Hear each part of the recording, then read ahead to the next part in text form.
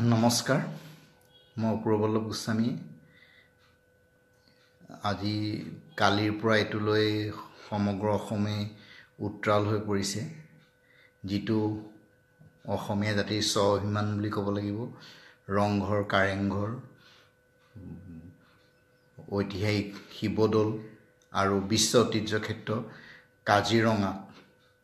যি ব্যক্তিগত খণ্ডক গটোৱাৰ যি পৰিকল্পনা কেন্দ্ৰীয় চৰকাৰৰ, ই এক দুৰ্ভাগ্যজনক। যিমানেই নুবুজাওক, আমি যি ধৰণে আজি চৰকাৰে বুজাবলৈ চেষ্টা নকৰক, আমাৰ প্ৰথম কথা বিগত 15 বছৰৰ যিটো অপশাসনৰ কাৰণে ৰাইজে এটা পৰিৱৰ্তন বিচাৰিছিলে আৰু সেই পৰিৱৰ্তনৰ কাৰণেই এই চৰকাৰখনক ভোট দিছিলে। আৰু প্ৰথম পৰাই চৰকাৰখনে বিশেষকৈ উৎসৱ মহোৎসৱতে বেছি মনোযোগ দিয়া দেখা গৈছিল। উন্নয়নত কোনো মন দিয়া দেখা নগ'ল,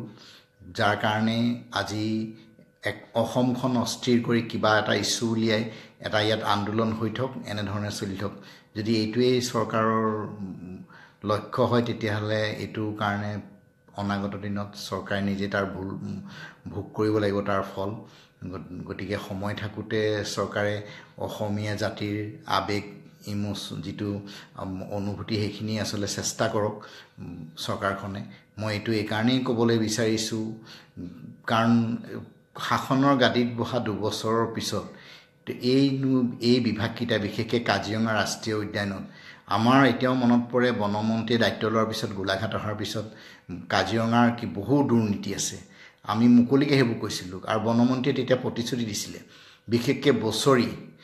2006 চনত আপোনালোকে জানে ব্যাঘ্ৰ প্ৰকল্প ঘোষণা হৈছিলে কাজিৰঙা ৰাষ্ট্ৰীয় উদ্যানত। আৰু এইটো ব্যাঘ্ৰ প্ৰকল্প এইকাৰণেই কৰা হৈছিল, যিহেতু কাজিৰঙা ৰাষ্ট্ৰীয় 2000তকৈ অধিক গড় হ'ল, গড়ৰ ফাণ্ডটো কমি আহিল। আমি নতুন ফাণ্ড আনি কেনেকৈ টকা আত্মসাৎ কৰিব পাৰোঁ তাৰ পৰিকল্পনাৰ মতে, যিহেতু কাজিৰঙাত 110টা বাঘ আছিল, গতিকে তেওঁলোকে কোনো ধৰণৰ প্ৰেক্টিকেলি জৰীপ নকৰিলে। আচলতে এটা এনেকুৱা ধৰণৰ এটা জৰীপ কৰিলে, বুঢ়া চাপৰি, লাওখোৱা, কিজানি গুৱাহাটীও পোৱালৈকে যদি বনাঞ্চল থাকিলেহেঁতেন, তেনেধৰণে এটা পৰিকল্পিতভাৱে 2006 চনত ব্যাঘ্ৰ প্ৰকল্প ঘোষণা কৰি বছৰি প্ৰায় 6 কোটি টকাকৈ দি আমি এইটো কথা ধাৰাবাহিকভাৱে সংবাদ মাধ্যমত প্ৰকাশ কৰিছিলোঁ এই কথাবোৰ। কিন্তু আমি ভাবিছিলোঁ যে নতুন চৰকাৰ অহাৰ পিছত কাজিৰঙাৰ যি দুৰ্নীতি তাৰ অন্তত হিচাপ হ'ব, কাৰণ যিটো শূন্য সহনশীলতাৰ কথা কৈছিল। গতিকে কাজিৰঙা ৰাষ্ট্ৰীয় উদ্যানত আন্তঃগাঁথনিৰ আমি সেই সময়ত হিচাপ কৰোঁতেই প্ৰায় 48 কোটি টকা হৈছিল। কিন্তু ইয়াৰ পৰৱৰ্তী পৰ্যায়ত যদি চোৱা যায়, প্ৰায় আজিৰ তাৰিখত 70 কোটি টকা হ'ব। এই 70 কোটি টকাৰ সিংহভাগেই আচলতে আত্মসাৎ হৈছিল কাজিৰঙা ৰাষ্ট্ৰীয় উদ্যানৰ। কিন্তু এই চৰকাৰখনৰ প্ৰথম উদ্দেশ্য হ'ব লাগিছিল কাজিৰঙা ৰাষ্ট্ৰীয় উদ্যানৰ আন্তঃগাঁথনি কেনেকৈ উন্নত কৰা যায়, কাৰণ উদ্যানখন সেই আন্তঃগাঁথনি উন্নত হ'লেহে, কাৰণ এটা ব্যাগুম বন বিভাগ আছে কাজিৰঙাত, আৰু গড় সংৰক্ষণৰ কাৰণে বন বিভাগৰ লগতে আৰক্ষীও সষ্টম হৈ থাকে, বিভিন্ন ধৰণৰ আছে। কাৰণ কাজিৰঙা এটা ৱৰ্ল্ড হেৰিটেজ ছাইট, বিশ্বৰ পৰ্যটক আহে আৰু বিশ্বৰ বিভিন্ন ধৰণৰ পৰা ফাণ্ড আহে দেই কাজিৰঙালৈ, কাৰণ এইখিনি কথা আছেই। গতিকে কাজিৰঙাৰ এটা ঐতিহ্য ক্ষেত্ৰ আজি কিহৰ কাৰণে এনেধৰণে আচলতে আমি এইকাৰণে এডপ্ট কথাটো উলিয়াইছোঁ, তুলনীয়া কৰি পুত্ৰ কৰি পেলাই বেলেগক আচলতে ব্যক্তিগতক দিব লগা হৈছে, তাৰ আমি ৰহস্য বুজি পোৱা নাই। আৰু একে সময়তে 600 বছৰ ৰাজত্বৰ এটা ইতিহাস আছে আহোম ৰজাৰ, আৰু এই ঐতিহাসিক শিৱদৌল আৰু কাৰেংঘৰ, ৰংঘৰ, আমি এইকেইটালৈ অসমীয়া জাতি গৌৰৱ কৰোঁ। আৰু এটা আৰ্কিঅলজিকেল বিভাগ আছে, archaeological survey of India, Assam চৰকাৰৰ আৰ্কিঅলজিকেল বিভাগ আছে। আমি প্ৰশ্ন হৈছে, বিগত এই চৰকাৰখন শাসনৰ গাদীত বহাৰ পিছত এই আৰ্কিঅলজিকেল বিভাগটোৰ লগত কিবা সোধপোছ কৰিছিলনে, যে ৰংঘৰৰ যে এনেকুৱা এটা অৱস্থা হৈ আছে, আপোনালোকে কিমান টকা কৰিলে বা কি কৰিলে, বা কিবা তাৰ অনুসন্ধান হৈছিলনে? কাৰণ ৰংঘৰটো এতিয়াওতো ইনফ্ৰাষ্ট্ৰাকচাৰ একো নাই বুলি ক'ব লাগিব, কাৰণ যদি চৰকাৰৰ এটা সদিচ্ছা থাকিলেহেঁতেন, কাৰণ ভাৰত ভাৰত চৰকাৰৰ যিটো পত্ৰতাত্ত্বিক বিভাগ তাৰ কাৰ্যালয় শিৱসাগৰতে আছে আমাৰ পৰ্যটন মন্ত্ৰী বা আমাৰ বিভাগীয় কোনোবা মন্ত্ৰীয়ে তালৈ গৈছিল নেকি কিন্তু আমিতো যিদিনা শপত গ্ৰহণ কৰিছিলোঁ সেইদিনা আমিতো শপত গ্ৰহণ এটাই কৈছিল যে বিধিৰ দ্বাৰা স্থাপিত আমি ভাৰতীয় সংবিধানক মানে আমি মান মৰ্যাদা অক্ষুণ্ণ ৰাখিম আমি এজন মন্ত্ৰীৰ কাৰণে আমি কোটি কোটি টকা খৰচ কৰা হৈছে গতিকে এই মন্ত্ৰীসকলৰ কি দায়িত্ব নাই নেকি আজি এটা বিভাগ চলোৱাৰ তাৰমানে এতিয়া এনেকুৱা এটা দিন আহিছে যে কিবা কাৰণত মানে বিভাগটো চলাব পৰা নাই আমি ব্যক্তিগত খণ্ড মানে তাহানি নিচিনা আমি ৰজাৰ দিনলৈকে গুচি যাম নেকি তাৰমানে আমি যিটো আচলতে ৰাজশাসন কৰিছিলোঁ আমি গণতন্ত্ৰ ইয়াত কিয় প্ৰতিষ্ঠা হৈছিল তাৰমানে এইবোৰ প্ৰশ্ন আচলতে আমাৰ যিসকল মন্ত্ৰী বিষয়া বা তেওঁলোকে আচলতে অনুধাৱন কৰক তাৰমানে এই কথাবোৰ যে আজি যিটো কথা আমি কৈ আছোঁ আমি পৰাধীন আছিলোঁ ব্ৰিটিছে যিখিনি এক্ট বনাই গৈছে আমি হয় এমেণ্ডমেণ্ট কৰিছোঁ কিন্তু সেই ব্ৰিটিছৰ একেই চলি আছে এতিয়া আমিতো নতুন কোনো ধৰণৰ এক্ট কৰা নাই আৰু কেন্দ্ৰীয় চৰকাৰে অসমক লৈ এনেকুৱা ধৰণৰ অস্ত্ৰলক্ষীৰ কথা কৈছিলে আজি তেওঁলোকে লালকিল্লা কিয় দিব খুজিছে কি হৈছে আমি ক'বলৈ নাযাওঁ কিন্তু তাৰ মাজতো আমি যিটো সংবাদ মাধ্যমত কিছু পঢ়িছোঁ যে এখন পাৰ্লিমেণ্ট কমিটি বনাই দিছিলে কিন্তু কমিটিৰ কোনো ধৰণৰ এই 7জনীয়া কমিটি আছিলে সেই পাৰ্লিমেণ্ট কমিটিখনত কোনো ধৰণৰ কমিটিৰ বিচাৰ বিবেচনা নোহোৱাকৈ কেন্দ্ৰীয় চৰকাৰে একপক্ষভাৱে ডালমিয়াক দিয়া বুলি ইতিমধ্যেতো সংবাদ মাধ্যমত প্ৰকাশ পাইছে কিন্তু এইটো কথা এইটো মই কোৱা কথা নহয় এইটো সংবাদ মাধ্যমত প্ৰকাশ পোৱা কথাই মই আপোনালোকৰ আগত কৈ আছোঁ তাৰমানে গতিকে এই যিখিনি তাৰমানে এটা সঠোৰ সিদ্ধান্ত লৈছে কেন্দ্ৰৰ কিবালে আৰু এইটো এটা আচলতে তেওঁলোকে তৰি অনা নিয়া কৰা এটা সংস্থা আমি যিটো আজি জাংগুল ট্ৰেভেলছ অফ ইণ্ডিয়া আমাৰ কোনো দ্বিমত নাই মোৰ প্ৰশ্ন হৈছে জাংগুল ট্ৰেভেলছে তেওঁ নিজেই স্বীকাৰ কৰিছে যে আমি ইমান এটা ডাঙৰ প্ৰজেক্ট ল'ব নোৱাৰিম যদি তেওঁলোকে প্ৰজেক্ট ল'ব নোৱাৰে তেওঁলোকে ভিছন ডকুমেণ্ট কিয় কেন্দ্ৰ চৰকাৰক দিছে কাৰণ এইটো কাজিৰঙাক লৈ হেতালি খেলিব খুজিছে নেকি তাৰমানে এটা ৰাষ্ট্ৰীয় ইয়াত হেৰিয়াৰ কথা আছে আৰু যিহেতু আজি কেন্দ্ৰীয় চৰকাৰে নিজেই কৈছিল যে আমি সাধাৰণতে ইয়াত কিছুমান মেচি হয় আজি ভাৰতবৰ্ষৰ বিভিন্ন জেগাত আমি যাওঁ সকলো কিন্তু তাত ডিমনিটাইজেশ্যনৰ ছিষ্টেম অলৰেডি আহি গ'ল তাত কিন্তু আমাৰতো আজি ৰংঘৰ কাৰেংঘৰ যি সেইবোৰ তেনেকুৱাটো ছিষ্টেম এতিয়ালৈকে অহা নাই ইনফেক্ট কাজিৰঙাত আজি ফৰেষ্টৰ হাতত আছে আমি আচলতে ডিমনিটাইজেশ্যনৰ কাৰণে আমি এইবোৰতো মেচিন লগাব আমি দেখুৱাই কিছুমান কথা কৰি আছোঁ কিন্তু বাস্তৱ ক্ষেত্ৰত আমি পৰ্যটন উদ্যোগৰ ক্ষেত্ৰত আমি কিমান গুৰুত্ব দিছোঁ তাৰমানে আৰু একে সময়তে এই যে টকা ঘূৰি গৈছে যিটো কোৱা হয় আচলতে কৰ্পৰেট ছ'চিয়েল ৰেছপনচিবিলিটি যিটো আচলতে আমি বাৰে বাৰে কৈ থকা হৈছে যে কিবা অইলৰ পৰা আমি টকা লৈছোঁ কাজিৰঙাৰ ঘৰ বনাবলৈ ONGCৰ পৰা টকা লৈছোঁ এতিয়া যোৱা বছৰৰ ঘটনা এইটো মই কোৱা কথা নহয় এইটো তেওঁলোকৰ তথ্য আছে এইটো সংবাদ মাধ্যমত প্ৰকাশ পাইছে যে অইল ইণ্ডিয়াৰ 21 কোটি টকা উভতি গৈছে খৰচ কৰিব নোৱাৰি তেওঁলোকৰ CSR টকা আৰু একে সময়তে ONGC 13 কোটি টকা উভতি গৈছে এইবোৰ সংবাদ মাধ্যমত ওলাই গৈছে কথাবোৰ আৰু নুমলীগড় শোধনাগাৰৰ কি হৈছে আমি গম পোৱা নাই কিন্তু এই কথাবোৰ যদি চৰকাৰে আচলতে নিজে যদি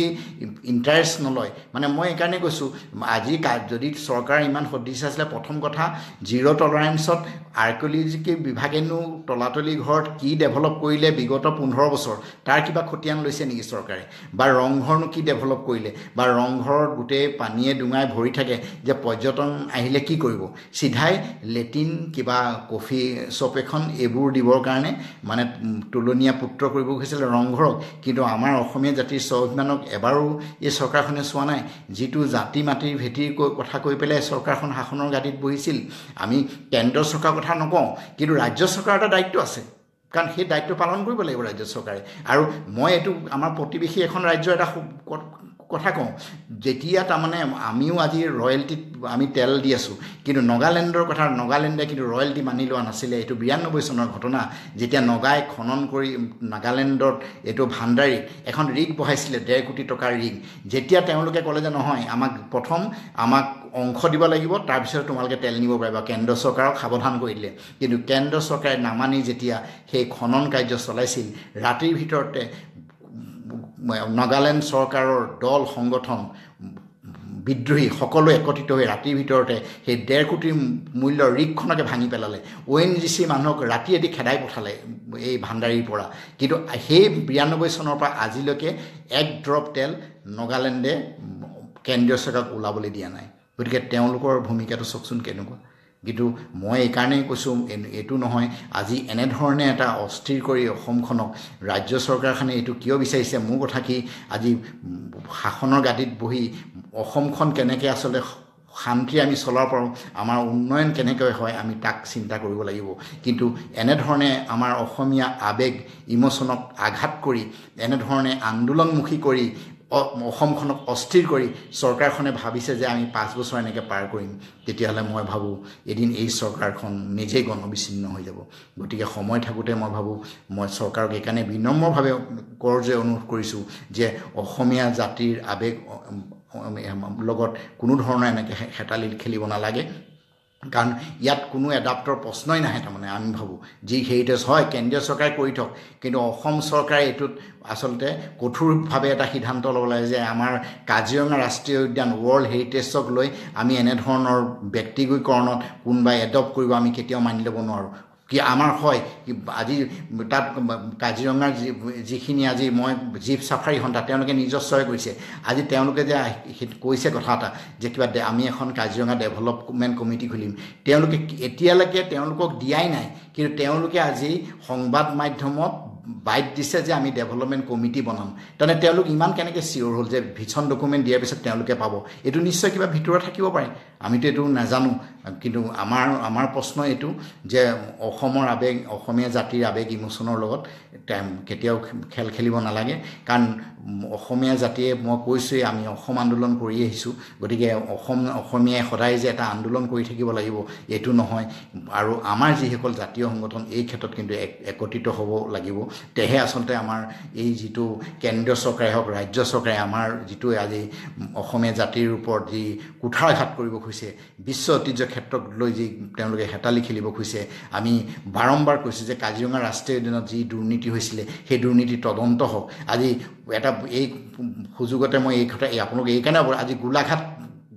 জিলাৰ কথা কৈছোঁ গোলাঘাট জিলাৰ 2খন নদীৰ ওপৰত যি অত্যাচাৰ হ'ল যাৰ কাৰণে আজি DFOজন যোৱা 9 এপ্ৰিলৰ পৰা পলাই আছে কিন্তু এতিয়ালৈকে এই 9 এপ্ৰিলৰ পৰা আজি 2 মে পালেহি এজন DFO এই ৰাজ্য চৰকাৰখনে নিযুক্ত কৰা নাই গতিকে চৰকাৰখনৰ আচলতে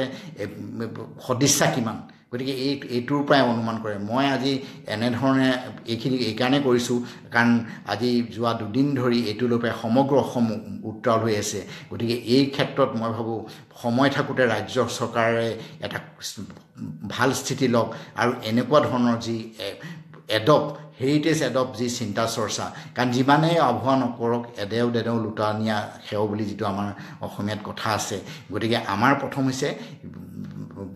প্ৰত্নতাত্ত্বিক বিভাগেনো কি কৰিলে সেইটো এটা এনকুৱাৰী হওক যে কিহৰ কাৰণে আজি এনেকুৱা শিৱসাগৰৰ শিৱদৌলেই হওক বা কাৰেংঘৰেই হওক বা ৰংঘৰেই হওক কিয় এইটো অৱস্থা পাইছেগৈ সেইটো প্ৰথম এটা তদন্ত হ'ব লাগে আৰু কাজিৰঙাৰ যিখিনি মই কৈছোঁ ব্যাঘ্ৰ প্ৰকল্পৰ নামত কোটি কোটি টকা যি প্ৰত্যেক বছৰে যিটো আহে 6 কোটিকৈ টকা সেই যদি আন্তঃগাঁথনি ডেভেলপ হ'ল কাজিৰঙা আজি সুন্দৰ হ'লহেঁতেন কিন্তু সেইখিনি আচলতে জানো বিগত চৰকাৰ আৰু এইটো মুকলিকৈ ওলাইছিলে সেই সময়ত সুৰেশ চানৰ নাম ওলাইছিলে বিষ্ণয়ৰ নাম ওলাইছিলে সংবাদ মাধ্যমত এইবোৰ প্ৰকাশ পাইছিলে কিন্তু বৰ্তমান চৰকাৰখনে শূন্য সহনশীলতাত এই বন বিভাগৰ এই যিবোৰ বিয়াগুম বিষয়াৰ যি কেলেংকাৰী আজি তাৰিখতে একো তদন্ত হোৱা নাই আমি এইকাৰণেই আচলতে এই ছ'চিয়েল মিডিয়াই দি আমি চৰকাৰক পুনৰ অনুৰোধ জনাইছোঁ যে কাজিৰঙা ৰাষ্ট্ৰীয় উদ্যানৰ যি উন্নয়নৰ নামত টাইগাৰ প্ৰজেক্টৰ নামত যি কোটি কোটি টকা লুণ্ঠন হ'ল তাৰ এটা তদন্ত কৰক চৰকাৰে আৰু এনেধৰণে হঠকাৰী যি সিদ্ধান্ত তাৰ পৰা চৰকাৰ আচলতে বিৰত থাকক মই ভাবোঁ যেনেকৈ আচলতে আজি কাজিৰঙা চলি আহিছে আজি কাজিৰঙাৰ মই কৈছোঁ এটা ইতিহাস আছে আৰু সেই কাজিৰঙা ইতিহাসত 2000টা গড় হোৱাৰ পিছতে যেতিয়াই কাজিৰঙাৰ যে গড়ৰ ফাণ্ডটো কমিব বুলি জানি ৰাতাৰাতিৰ ভিতৰত মানে যেনেকৈ পাৰি এটা যিহেতু 110টা আমাৰ বাঘ আছে আমি টাইগাৰ প্ৰজেক্ট কৰি আমি টকাটো আনি ফাণ্ডটো খাব পাৰিম যদি এই যিসকল বিষয়া বা আমোলাৰ এনেধৰণৰ যেতিয়া মনোবৃত্তি হয় চৰকাৰ আমি কিয় ভোট দি চৰকাৰ গঠন কৰিলোঁ আৰু তেওঁলোকে শপত লৈছিলে কেলৈ মানে ভাৰতীয় সংবিধানৰ নামত আৰু যদি তেনেকৈ ব্যক্তিগত তেতিয়াহ'লে আমি তেনেকৈ সেই আগৰ ৰজাৰ যুগলৈ আমি ঘূৰি যাব লাগিব তেতিয়াহ'লে কোনোবা এজনক আজি ইয়াত পুঁজি পাতি এতিয়াতো আৰু ৰজাই কৰিব নোৱাৰে কোনোবা নহ'লে এজন পুঁজিবাদীক আম্বানী বা কাৰোবাক আমি তুলি দিব লাগিব আৰু এইটোতো সেইটোৱে কৰিব বিচাৰি আছে এতিয়া যেহেতু মই বাৰম্বাৰ কৈছোঁ আজি কেন্দ্ৰীয় চৰকাৰে IOCৰ পৰা তেল বাংলাদেশলৈ কম দামত দিয়ক আমাৰ আপত্তি নাই এই হিন্দুস্তান পেট্ৰলিয়ামৰ পৰা তেল দিয়ক আপত্তি নাই কিন্তু বিদেশী বিটাৰৰ নামত হোৱা 855 জন শ্বহীদৰ নামতে এই শোধনাগাৰটো নুমলী গড় আধা দামত বাংলাদেশক তেলৰ চুক্তি কৰি এই শোধনাগাৰটো বৰবাদ কৰিবলৈ গৈ আছে কিন্তু এইটো কোনে মাতিব এতিয়া আমিতো চৰকাৰ নহয় বাৰে বাৰে কিছু কথাত আমি যেতিয়া লেখোঁ আমাক দুই একে ফোন কৰে যে আপুনি কিবা এটা কৰক আমিতো চৰকাৰ নহয় আমি ৰাইজক অৱগত কৰিব পাৰোঁ এইটো আচলতে ৰাইজৰ এটা জনমত গঢ়িব লাগিব যে এনেধৰণৰ এটা চলি থাকিব নেকি এটা শোধনাগাৰ বঙাইগাঁও ৰিফাইনাৰীৰ নাম নাইকিয়া কৰি দিলে IOCৰ লগত চামিল হৈ গ'ল যিটো আচলতে এটা সময়ত লাভৰ মুখ দেখি থকা শোধনাগাৰ আছিলে গতিকে এনেধৰণৰ সততাকাৰী যিবোৰ সিদ্ধান্ত সেইটোৰ পৰা আচলতে চৰকাৰ বিৰত থাকক মই এতিয়াও কৰজোৰে কৈছোঁ ৰাজ্য চৰকাৰখনক এই এনেকুৱা ধৰণৰ সিদ্ধান্তৰ পৰা বিৰত থাকি উন্নয়নমূলক কাম কৰক যিটো তেওঁলোকে প্ৰতিশ্ৰুতি দিছিলে জাতি মাটিৰ ভেটিৰ কথা কৈছিলে গতিকে এই অনাগত দিনত যদি তেনেধৰণে তেওঁলোকে কাম নকৰে এনেধৰণে যদি অসমবাসীক আভুৱা কৰি এনেধৰণে চলি থাকে তেতিয়া অনাগত দিনত মই ভাবোঁ চৰকাৰৰ নিজে এদিন গণবিচ্ছিন্ন হৈ পৰিব গতিকে মই বিশেষ নকওঁ ইয়াকে কৈছোঁ কাৰণ এই যিটো আমাৰ অসমীয়া জাতিৰ আৱেগ ৰংঘৰ কাৰেংঘৰ ঐতিহাসিক শিৱদৌল কাজিৰঙা ৰাষ্ট্ৰীয় উদ্যান এইকেইটাৰ লগত আমাৰ অসমীয়াৰ আৱেগ অনুভূতি জড়িত হৈ আছে আজিৰ পৰা ইয়াত আন্দোলনো চলিছে বিভিন্ন অঞ্চলত কিন্তু এই আন্দোলনমুখী কিয় কৰিব খুজিছে ৰাজ্য চৰকাৰখনে মই ভাবোঁ সময় থাকোঁতে ৰাজ্য চৰকাৰে স্থিতি পৰিৱৰ্তন কৰক আৰু এইটো কেন্দ্ৰীয় চৰকাৰকো এইটো সকীয়াই দিয়ক যে অনাগত দিনত যাতে অসমক লৈ এনেধৰণে হেতালি নেখেলে চৰকাৰে নমস্কাৰ